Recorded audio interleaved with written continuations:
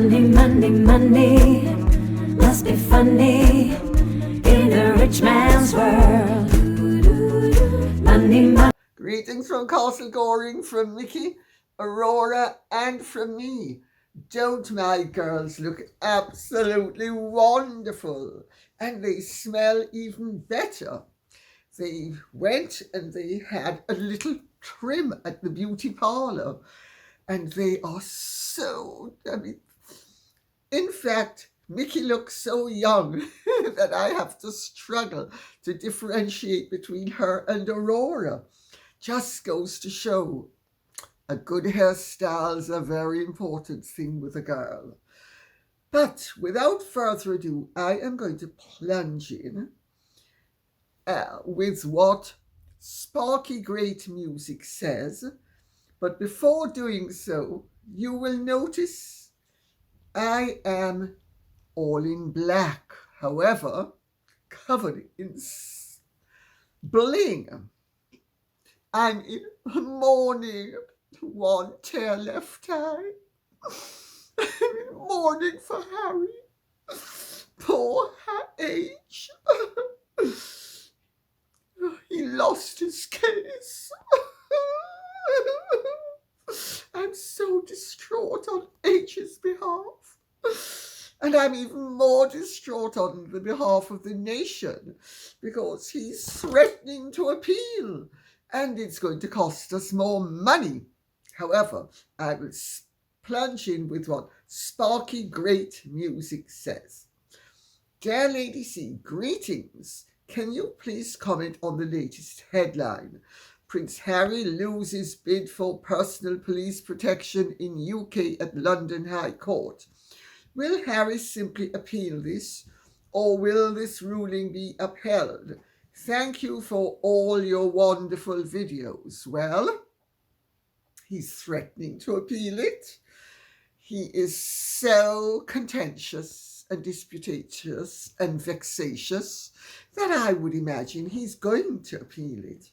Because you see, it's not really only police protection that is the issue.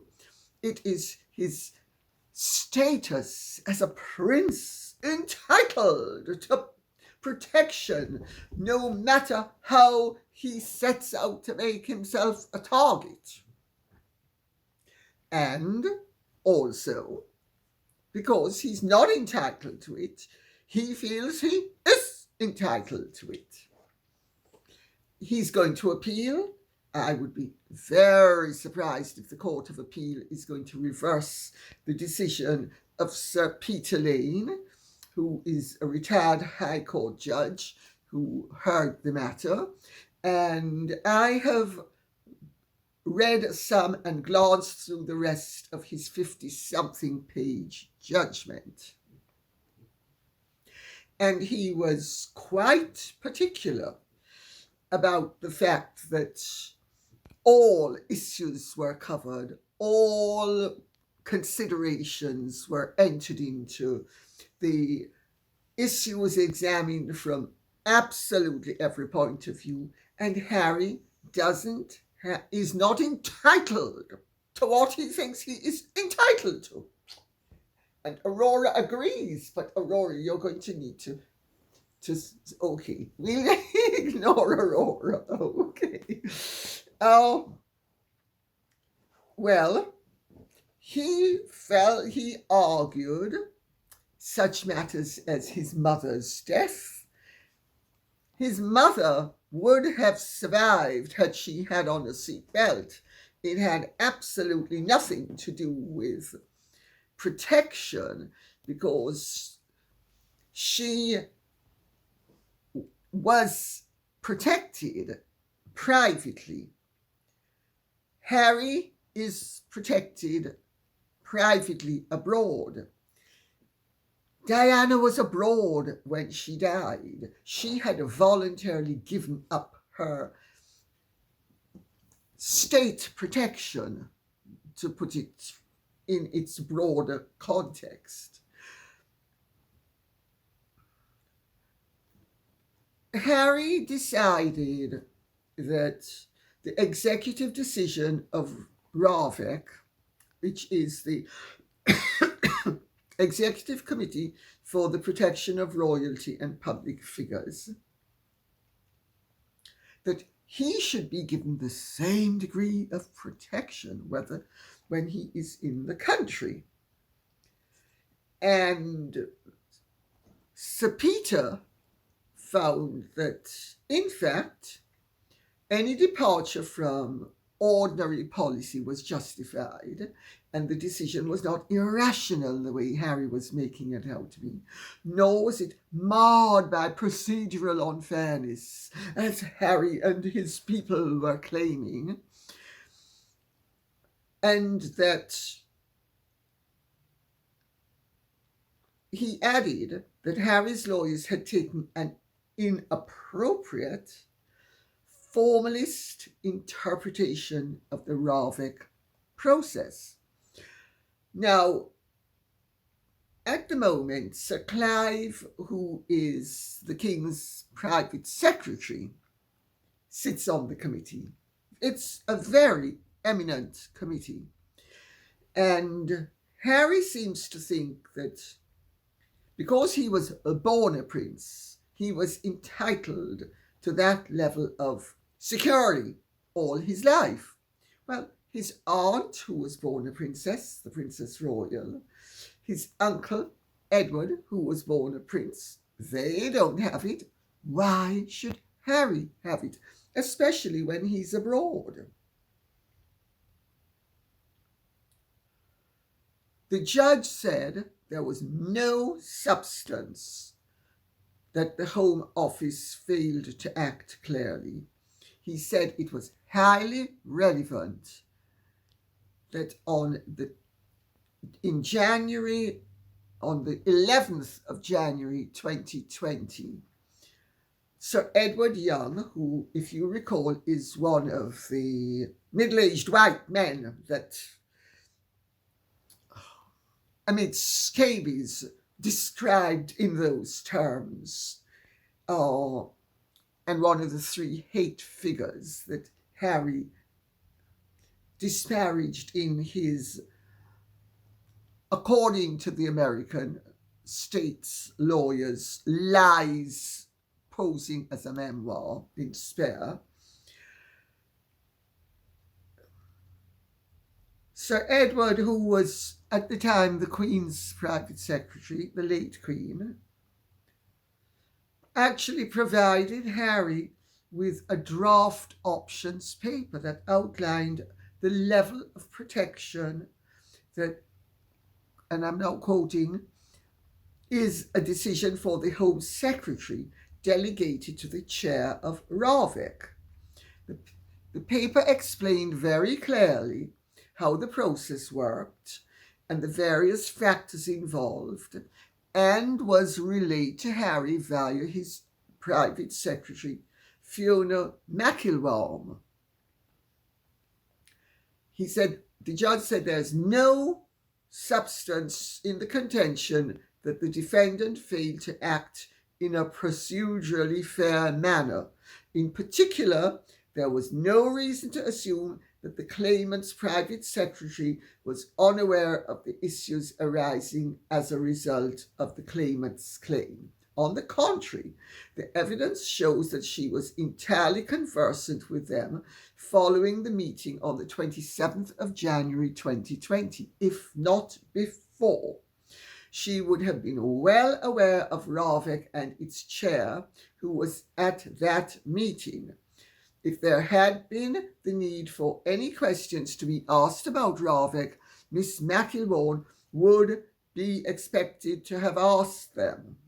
Well, of course, as with everything else with Harry and with Meghan, and certainly under her administration, she has developed this capacity for inventiveness and deliberate obfuscation. No, I don't. No, it doesn't. No, the sun does not rise in the east, and it does not set it. No, it doesn't. You're going to be taking advantage of me if you insist. Irrational. They are irrational, unreasonable, irrational. Well, he's lost. but so is the state losing, because the state is having to defend itself against Harry's unreasonable and vexatious demands and encroachments. Why should we, the taxpayers, have to pay for Prince Harry's self-indulgence? But I'm going to get to another part of it now via Hussein Amina, who says, question, Lady C. Harry was always free to choose how he behaved, but he's not free to choose the consequences of that behaviour. So regarding his claim that, quotes, there's been a failure to carry out a risk analysis and fully consider the impact of a successful attack on him, I disagree. I think they comprehensively analysed the impact of a successful attack and concluded that because he's the biggest threat to the safety of our monarch, heir and heir's son, his safety is of little consequence to them. Sorry, it's the least brutal way I could think to phrase it. The impact of downgrading his security has been fully appreciated, and we, the nation, fully appreciate that. Do you agree, Lady C? Oh, I do agree. I'm not sure I agree that that's the reason, but I certainly agree that that's the effect. As I said a bit earlier, Harry complained that he was worried he was going to go the way of Mummy. Well, he's not going the way of Mummy, because as long as he wears a seatbelt, he's perfectly okay. And Sir Peter made it absolutely clear that Diana's death was considered as well. And Sir Peter also made it clear that the evidence is absolutely clear that RAVEC had considered the consequences of a successful attack upon Harry. And they still concluded he did not deserve the level of protection he wants. He can't have it both ways. He can't be a fully paid up member of the royal family when it comes to privileges, but a fully externalized, ex-working, stood-down royal when it comes to his activities of making money. Couldn't be simpler. They considered it, and they thought they're still not going to give him permanent protection. This case is a farce, because Harry, if he abides by the conditions laid down originally, gets protection on a case-by-case basis. Oh, he considers it unreasonable that he has to give notice to RAVEC that he is going to be coming, because they're supposed to just drop everything for him. You know, well, I have arrived, or as my wife would put it, I have arisen, and I am going to be protected. No, you're not, sweetie pie. You notice when he left Clarence's house the other day, there were no outriders. Oh, H. Sorry, one tail left eye, it's the left eye. Poor H. Treated like an ordinary person. And I hustled on my buns to cease being an ordinary person. And we're back to being treated as if we're ordinary people when we're extraordinary. Well, they certainly are extraordinary, just not in the ways they would like us to believe. Well, doubtless, Harry is going to pursue this case because, as I said, it's not only about security. It's about his status and his internationally protected person status, which, if he succeeds in getting restored, means that the American people, the American taxpayers, have to pay for his security and her security, and Prince Archie Sussex's security, and Princess Lily, hi Lily, hi Lily, hi Lo. A song of love is a sad song. Hi Lily, hi Lily, hi Lo. Lilibet, you get right here. Who do you think you are? Just because your name's Lilibet, you think you're someone special?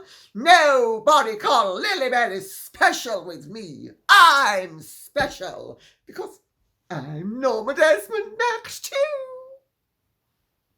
Crazy. These people are absolutely crazy. And we need to acknowledge how crazy they are and how crazy these situations are. He will get case-by-case protection if he gives notice of his arrival in the country. And also,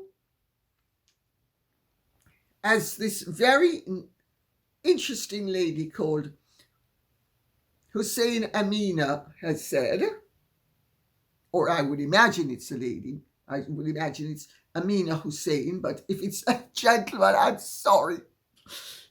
Anyway, whatever.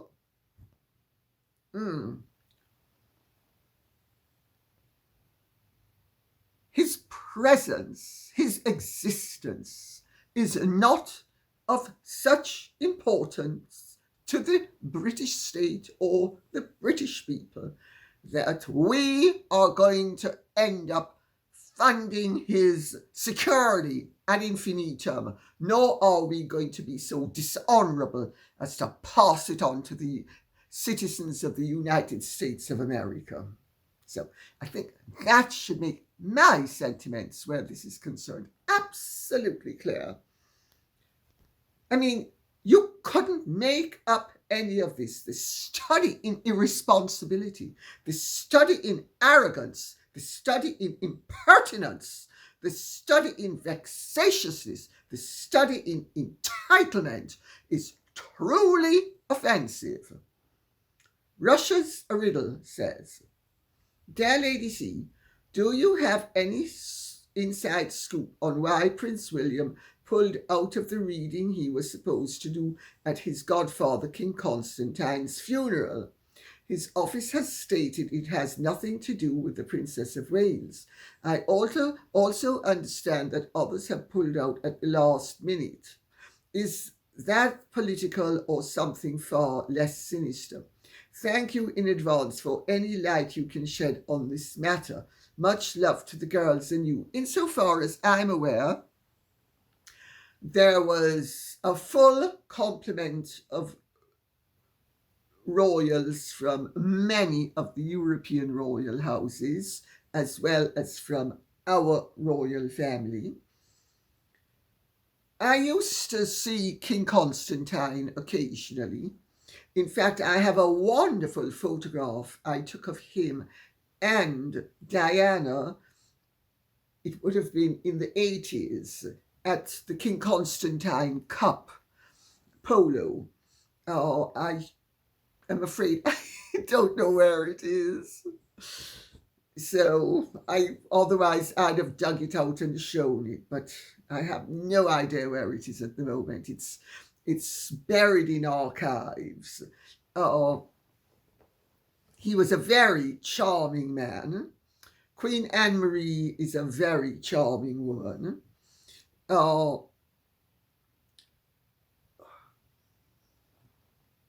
You know, Prince William he pulled out 2 hours before for personal reasons. Now, he's made it clear it had nothing to do with Catherine and nothing to do with Ella's husband's death. He's made that clear.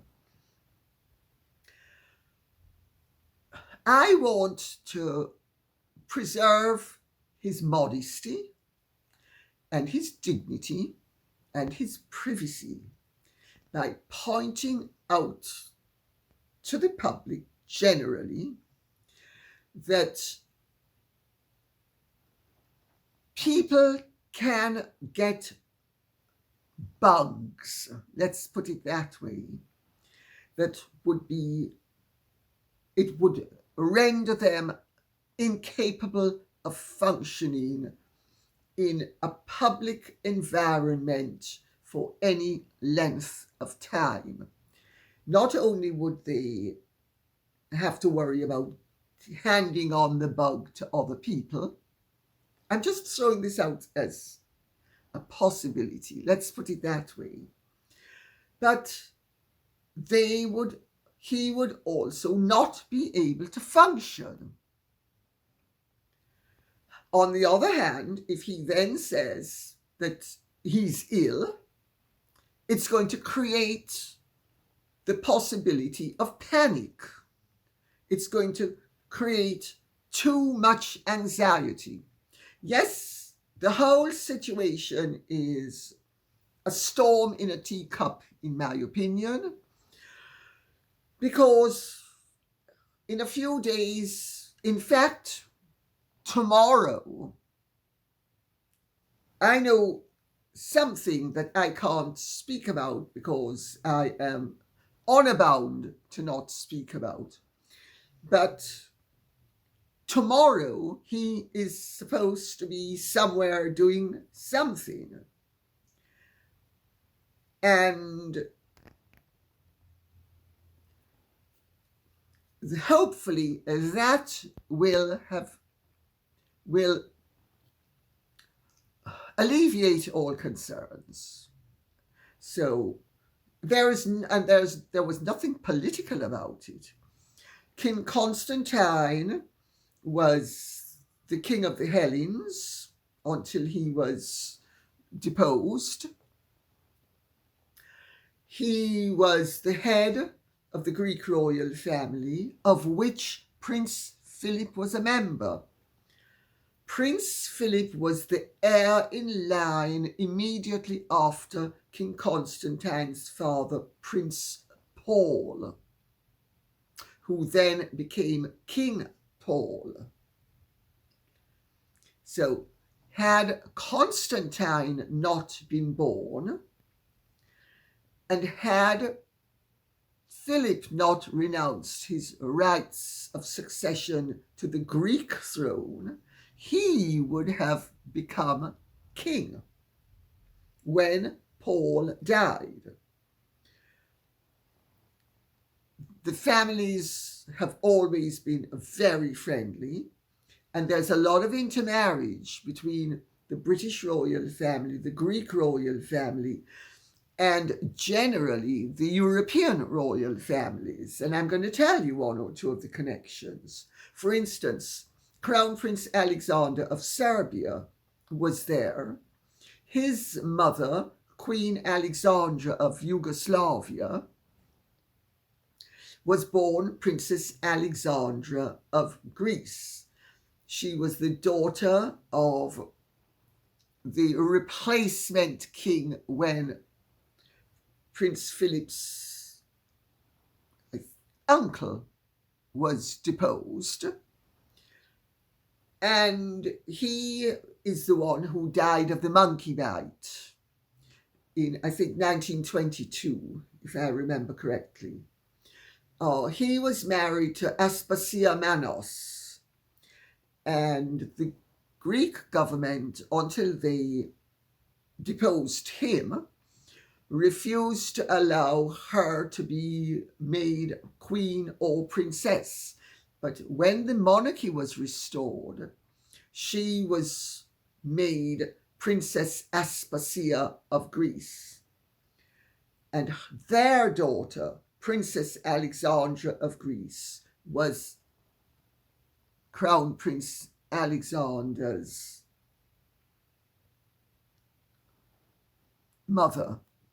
And his grandfather maternally was called King Alexander of Greece, but he was of the Hellenes actually, but he was really a caretaker as opposed to an actual king, as is made clear on his gravestone.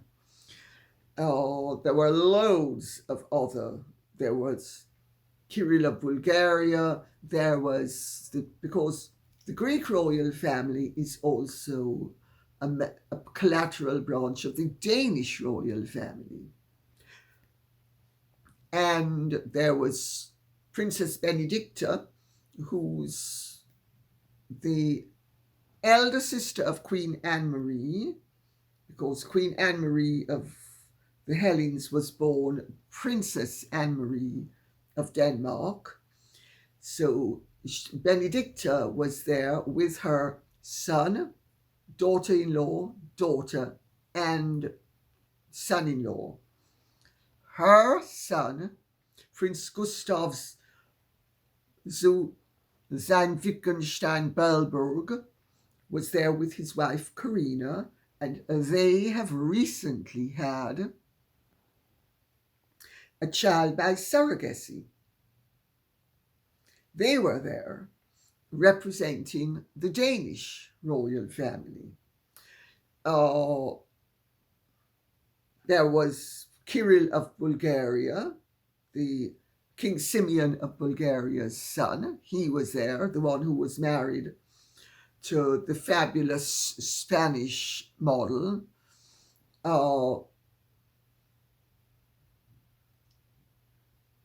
There was nothing political. The Greek government can have no objection to the British royal family having a memorial service for their late and former king. And in fact, King Constantine, in his exile, lived in Hampstead Garden suburb, if I remember correctly. His house was just down the road from Princess Helena Mutafian's house. So I hope that answers the question. Christos Liakis says, Dear Lady C, as your access to elevated circles is rivaled by few, I wonder if you have anything to comment about the death of Thomas Kingston at such a young age. Assuming you do not think it too ghoulish or too inconsiderate of Lady Gabriella and the Kingstons at this juncture, I must say, and hopefully I'm stirring an empty pot, that the phrasing of the news regarding his death, that is, found in an address in Gloucester on Sunday, and the fact that the news broke 2 days later, while the press usually watch over the royals like hawks, is intriguing. I suspect we haven't heard the full story about that death yet. Mr. Liakis, thank you. I recognize your name. Thank you for the question. You, of course, obviously are Greek or have Greek ancestry with a name like yours. And of course, Lady Gabriella Kingston also has Greek ancestry, because Prince Michael, her father, was the son of Princess Marina of Greece, who was one of the daughters of one of the princes of Greece, who was a son of George I of Greece. And Princess Marina was Prince Philip's first cousin, 2 brothers' children. I want to be very careful what I say, largely out of consideration for Ella, who is, I don't really know her very well. I've met her once or twice. She's absolutely beautiful. She's really lovely. She's the sort of person that when you meet, you immediately get a reading of, and she is truly lovely. And I not only go off my instinct, but comments from mutual friends. And we have many mutual friends, even though we are completely different generations. Also, members of my staff used to be members of her parents' staff. And they sing her, well, not they, he sings her praises. She is, I've never met anybody who had a disparaging or unkind word to say about Ella. She is very fine looking. She's very beautiful in a very regal and aristocratic way. She is a true combination of her ancestors, primarily her grandfather, Prince George, Duke of Kent, and her grandmother, Princess Marina, but also her great-grandmother paternally, Queen Mary. I can see that she is truly a Windsor.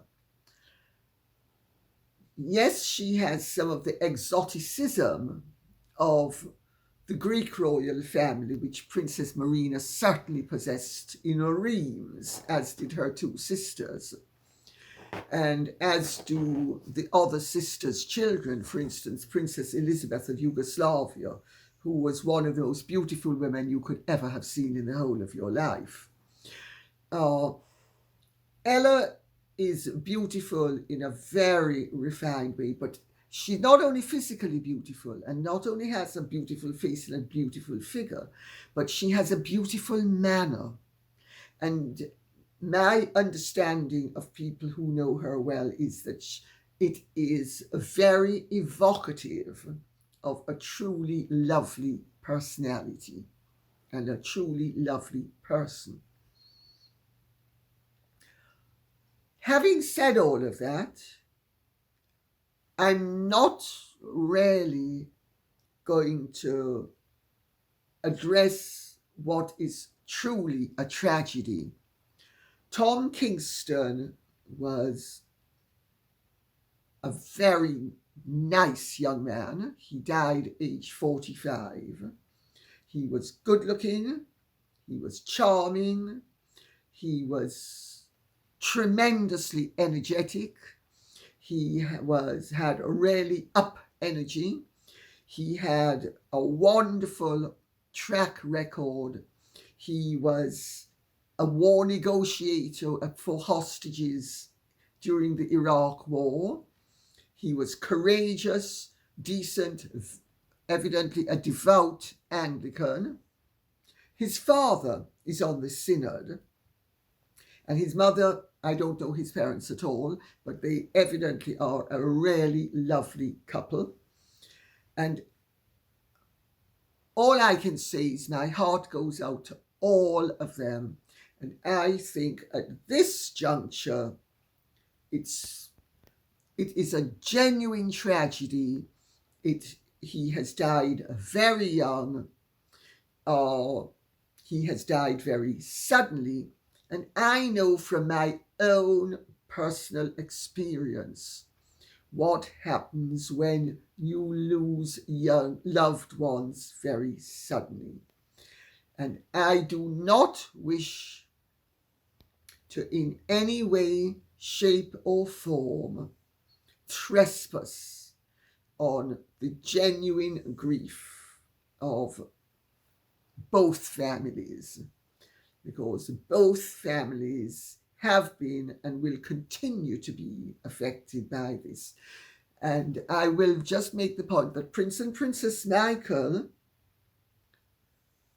were at King Constantine's memorial service, notwithstanding the fact that their own family has been dealing with a truly genuine tragedy. And I say, good on them. I think the way the family has been conducting itself and the way they have been handling things is a study in decorum, decorousness, and decency. And more than that, I would prefer not to say at this point. Okay? Thank you. Sharon says, if Harry would lose his titles if he became a US citizen, how can his daughter, who was born in the US and is therefore a citizen, bear the title of princess? And if the boy becomes a citizen, how can he continue to bear the title of prince? Sharon, here's the deal.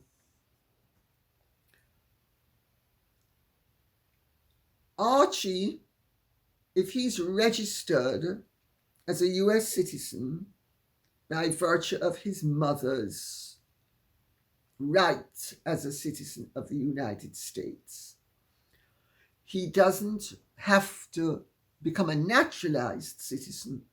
He becomes a citizen by descent, and therefore he doesn't have to renounce any titles that he already has or would have been born with. If he had to become a naturalized citizen, which is what Harry would have to become, then he would lose his titles because he would have to renounce them. That's the American way. That's the American system. That is what the process is for foreign citizens who become American citizens. They are obliged to renounce their foreign titles. Lilibet, on the other hand, was born in the US.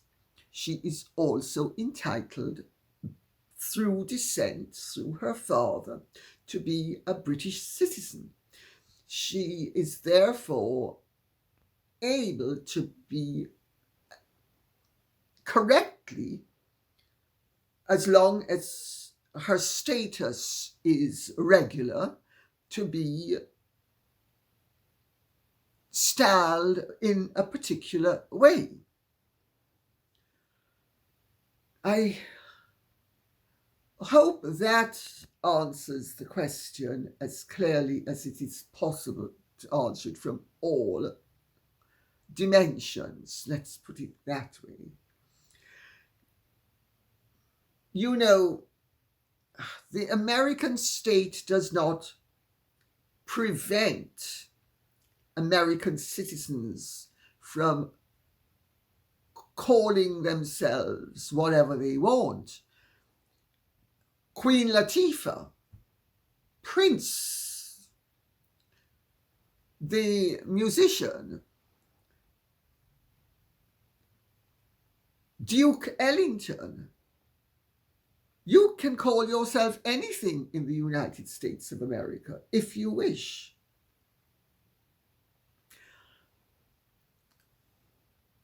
Royal status for an American citizen is not acknowledged legally in the United States of America as royal status. It is simply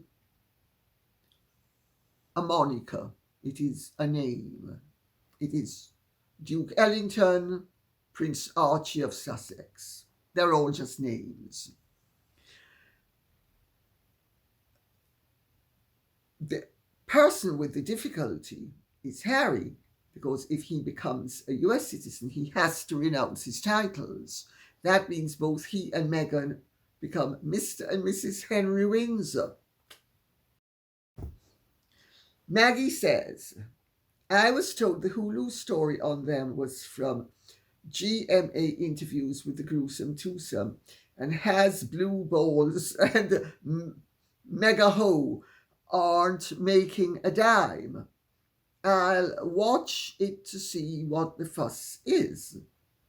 Well, the whole Good Morning America Hulu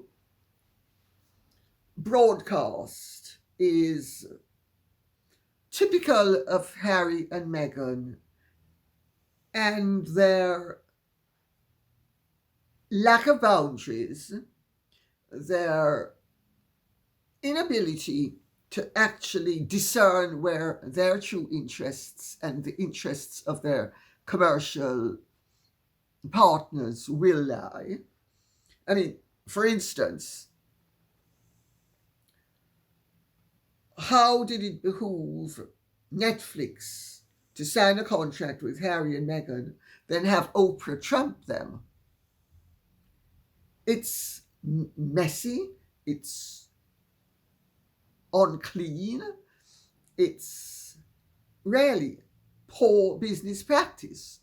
But it's a sort of behavior that hustlers and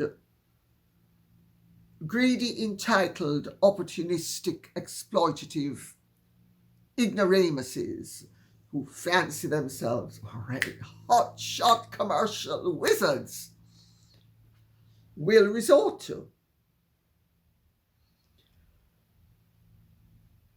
So now you have Good Morning America, which is a competitor of, and Hulu, which are competitors of Netflix and Harry and Meghan's other commercial partners. So, I mean, normally, I have to tell you, I've come from a business family. My father's family were one of the leading mercantile families in Jamaica. And I am intimately acquainted with the way business works and have been all my life.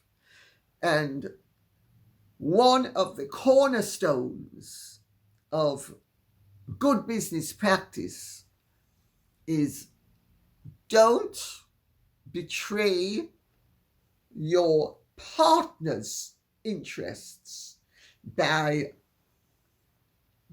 colluding with his, her, its competitors.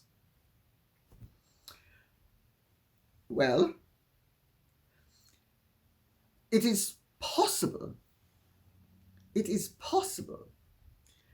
that Harry thought, oh, well, I'm doing this for Invictus. This is going to play well for us in other ways. We're going to get free publicity. So we don't even need to make any money out of it. We're going to get lots of attention and publicity. And if we make any money, good. But if we don't, it helps us to make money in other ways. Because you need to be careful when you're dealing with television companies, because they will get you to sign away your rights to all footage. Then they can do whatever they want with it. So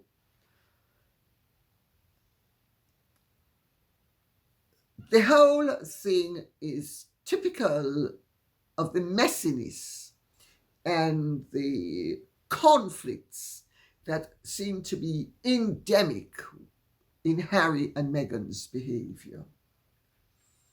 All I can tell you is thank God I'm not in business with them. I would be up on capital charges because I know what I would do with them. Janice, and that, by the way, is a figure of speech. To those of you who all think, oh, she's threatening anybody. I'm not threatening anybody. It's a figure of speech. I'm simply making the point that they really are a nightmare to work with. And that is why everything they do ends up being, in some way, shape, or form, a failure. I mean, unbelievably, Harry is supposed to have written the most successful memoir of all times. Yet it's ended up costing Penguin Random House millions. Normally, bestsellers make the publishing houses a lot of money. Not this time. Oh dear, oh dear.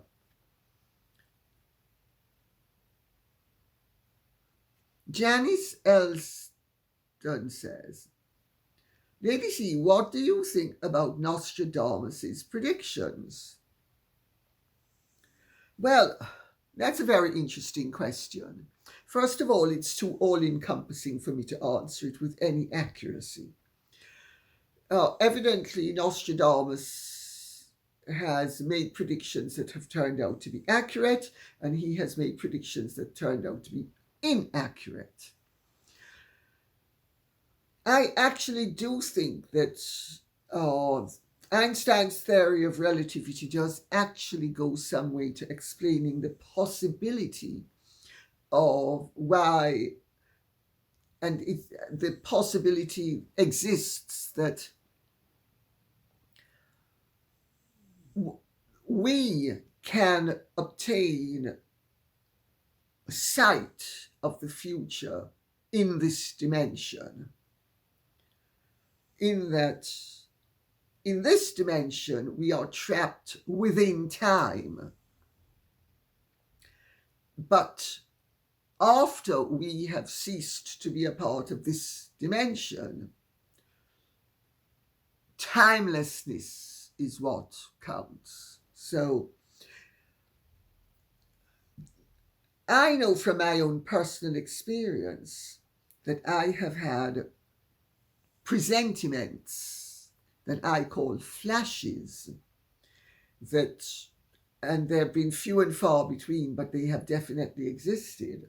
The first was when I was 21, and I was in New York at my guardian's flat, and former guardian, she'd been my guardian when I was at school in New York, Frances McCall, and I picked up the newspaper, and I just knew Cañonero Segundo was going to win. Don't ask me how, I just knew it. I had another flash in 1976, if I'm not mistaken. Might have been 77. Might have been 77. Oh, no, I think it was 76, but it might have been 77. When I was at the races at Ascot, and Ile de Bourbon walked into the parade ring, and I knew, don't ask me how, I knew it was going to win the race.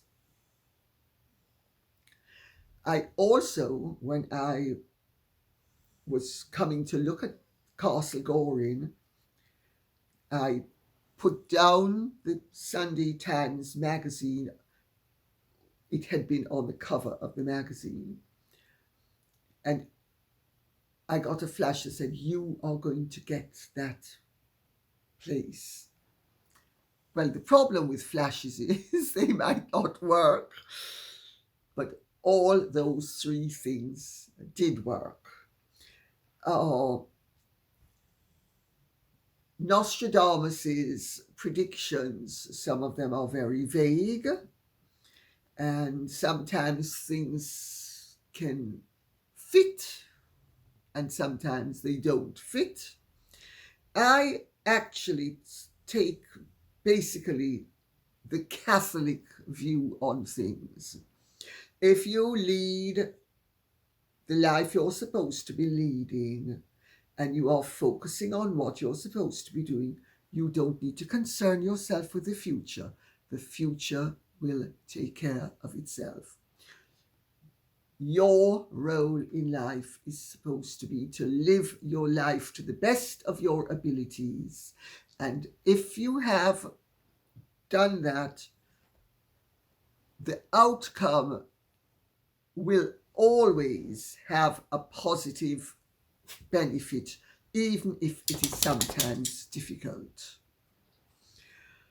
So I don't really concern myself with predictions. And also, people can get them wrong. I remember in Easter 1963, my grandmother, who was a firm believer that she could see things, phoned us up and told us children that we needed to come down to see her, which we did. And I can remember her saying, as if it were yesterday, I don't want you children riding your bicycles on the road. I have had a dream. One of you is going to die. So we thought, oh dear, there she goes again. And we thought, oh, this is just rubbish. And I must have said something, because she said no. She said, and she explained the dream. She said, the dream is, the coffin is small enough that it's a short person, and so I think it's one of you. She said, so she said, I think one of you is going to have a terrible accident and die a bloody death unless you're very careful. 3 weeks later, my grandfather was murdered, and he was short. So I keep a very open mind on these things. She got the wrong person, but she certainly got the right message, because his injuries were quite gruesome. So, predictions, who knows? Oh, you can only be sure that they are real once they've happened. And I would have thought that Nostradamus's quatrains can be so obscure that, they sometimes are a stretch. So on that note, I will say thank you very much for listening. I hope this has been of some interest to you. If it has, please keep the questions and comments coming in, so I will know what you would like us to be speaking about. Okay?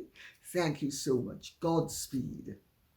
And if you have really enjoyed this, would you care to like? I gather it's really important to press the like button. I can't remember why, but I gather it is. So could I ask you to like, share, subscribe, press the notification bell, and thank you so much. Godspeed. Bye-bye.